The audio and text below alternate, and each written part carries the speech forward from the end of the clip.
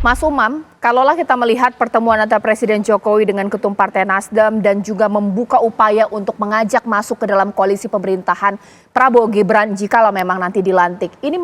Itu artinya bahwa koalisi ini juga nanti ala koalisi sesuai dengan konsolidasi yang dilakukan sekarang? Ya bisa jadi begitu, karena konteksnya begini Mbak. Ada situasi yang kemudian mengharuskan pemerintahan yang baru nanti untuk membuka ruang politik akomodasi secara lebar-lebar. Pertama, karena memang dari basis kekuatan elektoral di kubu 02 itu praktis berada di angka sekitar 42-45%. Sementara gabungan dari kubu 01 dan juga kubu 03 akumulatif ya, itu berada di angka sekitar 52-55%. Nanti kita lihat hasil rekapitulasi akhir. Tetapi di saat yang sama, ini barangkali juga mengejutkan buat Bang Habib dan teman-teman ya. Gerindra sendiri yang diharapkan mendapatkan kutel efek yang signifikan dari Pak Prabowo, ternyata juga di luar kalkulasi. Nah, situasi ini yang akan memaksa pemerintahan yang akan datang untuk membawa partai-partai di luar koalisi untuk masuk. Karena target, terutama di fase transisi kekuasaan, adalah menciptakan stabilitas politik dan juga pemerintahan supaya tidak ada turbulensi. Nah, hal itu tampaknya berpotensi digunakan sebagai alat untuk mendisiplinkan, bukan hanya dalam konteks pemerintah nasional, tetapi juga akan di breakdown di dalam konteks pemerintahan di tingkat lokal. Terutama elemen-elemen wilayah yang cukup strategis untuk dikuasai, untuk berada dalam tanda kutip tadi di bawah cara pandang, visi atau di bawah pengaruh yang sama dengan presiden. Supaya apa? Dalam konteks politik praktis diharapkan tidak terjadi benturan antara misalnya presiden dengan gubernur. Meskipun sebenarnya komunikasi itu tetap bisa dibangun dengan baik. Tetapi biasanya ego politik dari elemen kekuatan itu akan mencoba untuk mendisiplinkan siapa yang berada di situ untuk kemudian mengikuti ritme alur yang sudah ditentukan. Oke, sekarang saya berikan pertanyaan tersebut kepada Bang Mardhani. Ada upaya untuk mendisiplinkan, membuat sebuah koalisi sehingga nanti pemerintah lebih stabil. Itu artinya bahwa kalaulah PKS nanti meskipun juara di Pilkada DKI Jakarta ingin mengusung nama, sebut saja Pak Anies. Itu artinya bisa jadi partai-partai yang berkoalisi ini akan sulit karena ditarik oleh Gerindra di sini. Seperti apa?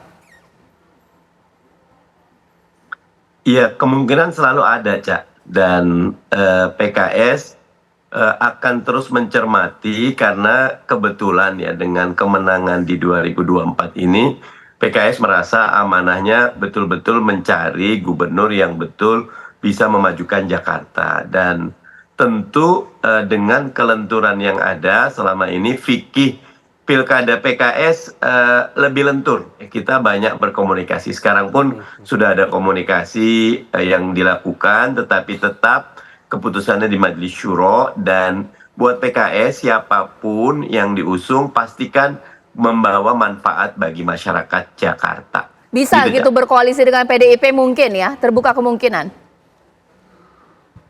Komunikasi dengan semua parpol akan dibuka. Karena kita ingin mendengar dari pertama tentu dari masyarakat ya.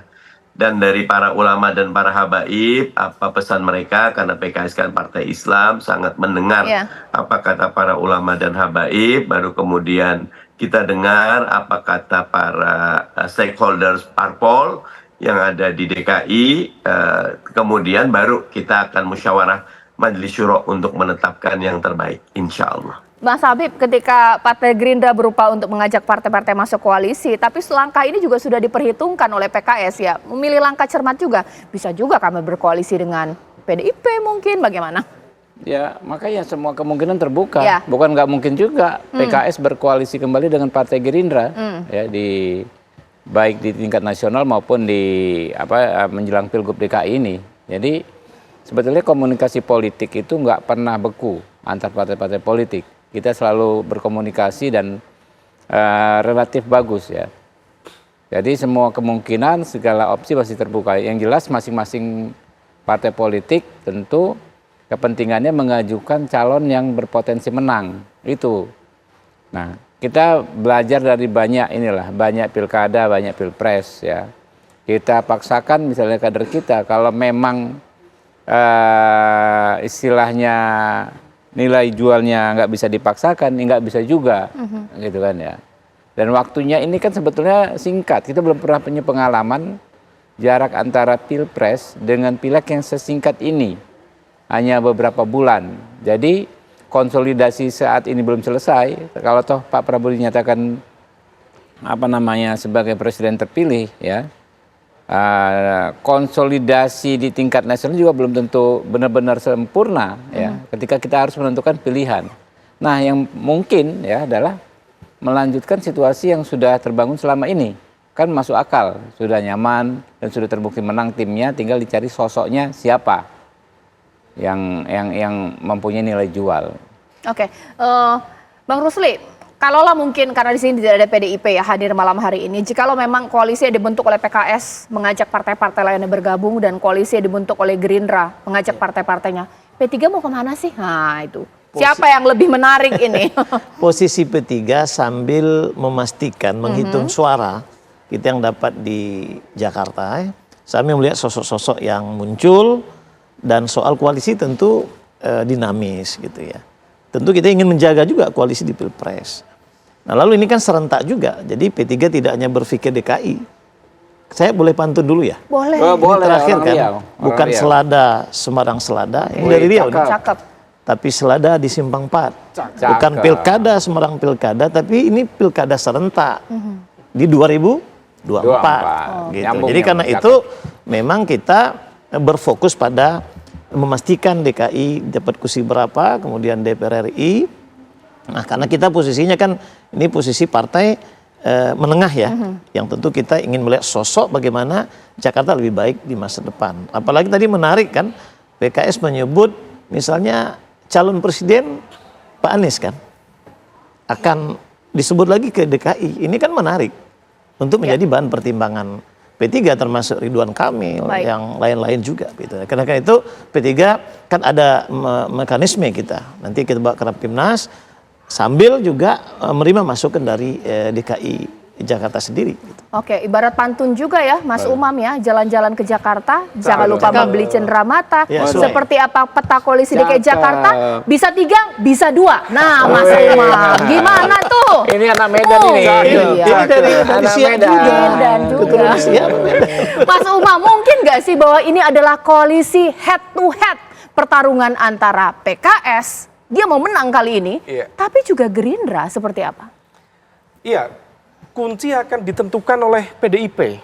Karena bagaimanapun juga PDIP adalah sebuah entitas politik yang cukup kuat ya di DKI Jakarta. Meskipun per hari ini dominasinya digeser oleh PKS. Tetapi tidak ada satu kekuatan yang dominan yang bisa mendapatkan angka 20% kursi. Tetapi kalau misal kemudian PDIP tetap kekeh dengan komitmennya, keberaniannya mengajukan nama, dan tentu harus menggandeng salah satu partai yang lain untuk koalisi mencapai 20% itu. Kalau misal bisa tentu cukup menarik 3 pasangan kemungkinan. Dan kalau misal 3 besar kemungkinan adalah Ridwan Kamil menjadi misal kubu 01 yang turunan dari Pilpres akan mengajukan Mas Anies Baswedan, kubu 02 akan mengajukan Ridwan Kamil, kubu 03 barangkali salah satunya akan mengajukan Tri Risma hari ini.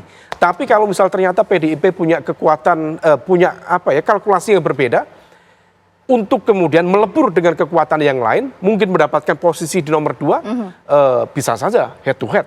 Dan itu akan jauh lebih kuat dan potensi polarisasi dalam bentuk apapun ya, itu berpotensi terjadi di pilkada yang nanti. Sesaat lagi saya akan tanya kepada seluruh narasumber saya, betulkah bahwa Pilgub DKI Jakarta semacam total war, total politik dari 2 kubu pemirsa, PKS dan juga Gerindra? Sesaat lagi di Apa Kabar Indonesia Malam.